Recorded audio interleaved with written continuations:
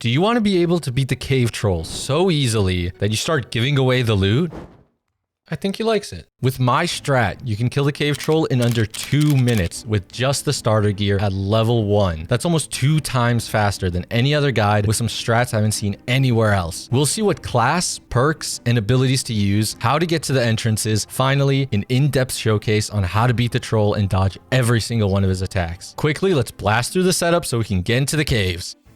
For starter gear runs, you can only play Warlock. Doing it with any other class takes way too long and is much harder. For 99% of players, this is the only way to beat it with starter gear in a way that's easily repeatable and gives you enough time to escape. Perks. Well, perk, because you only need one, and that's Immortal Lament. Casting spells damages you, and this will make it so you never die from casting, but you can still die from walking into the spell itself. For abilities, you need Phantomize and Spell Memory. Later on, I'll tell you when to use Phantomize. For spells, well, there's only 4, so nothing to change here. Now, on to getting to the cave troll. The entrances are always in the same places in the middle room. In the bottom left of the highest floor, and on the floor below it, there's another in the top left. From almost every Goblin Cave spawn point, you can use Phantomize to get here with 0 damage taken. And if you're on the lowest floor, make sure to jump into the staircase about here, since that makes most monsters stop following you. Finally, it's time to learn how to beat this big guy. At the entrance or in pre-game, drop all your armor except for your shoes to get the best movement speed.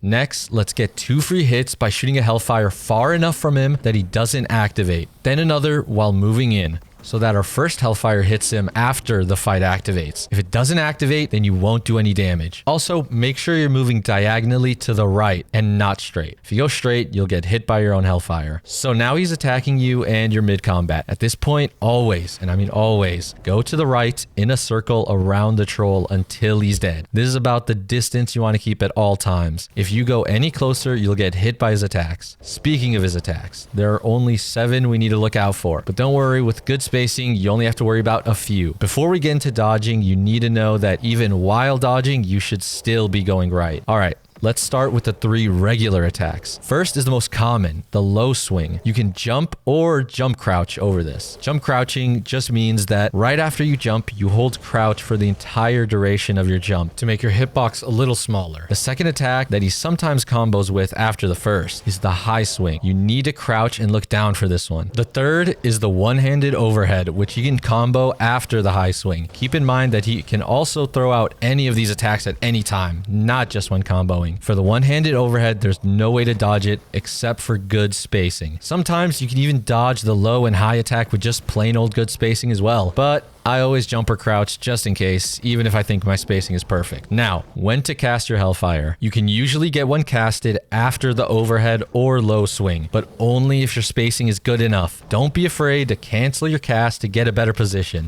Never get greedy with your Hellfire since you move slower when using it. Onto the two-handed overhead. When he starts charging this up, just run directly backwards. This is one of the few times you shouldn't keep holding right. You can also get an easy hit in here if you cast while you're mid-air jumping away so that you keep your momentum. Easy enough. Another charge-up attack is what I call the Omega Swing. When he starts doing this, you can either do 2 things. Let him drop his balls on your head and crouch while looking down. Or if you're far enough away, keep running diagonally to the right and jump when the swing is about to hit you. Hugging his sack is way safer, so that's what I do. You even have some free time here to like the video and cast another Hellfire for a free hit. Now, for the moves that'll get you the most hits in, his shout and charge combo. Let him give you flashbacks to your childhood so you can get some free hits in. Once he's done shouting, he's going to do either a low or high charge attack, but I can't tell whether he's doing a high or low. Luckily, we don't have to because of this juicy technique. If you back up slightly further than your normal circling distance, about here, he'll instantly throw out his charge attack instead of sprinting towards you first. Immediately when he starts his attack animation, you need to turn around and run straight away. After a couple steps, you can jump and do another mid-air cast to get a hit in. If you mess up the spacing and get too close, he's gonna one-shot you. If you're too far away and you hear him sprinting, that means your spacing was wrong. Luckily, you'll have enough time to stop casting and use Phantomize. If you ever end up in a scenario where you don't have Phantomize and do the dodge wrong, I'd recommend just trying to dodge it normally by trying to jump over it. There's a 50-50 chance you'll live.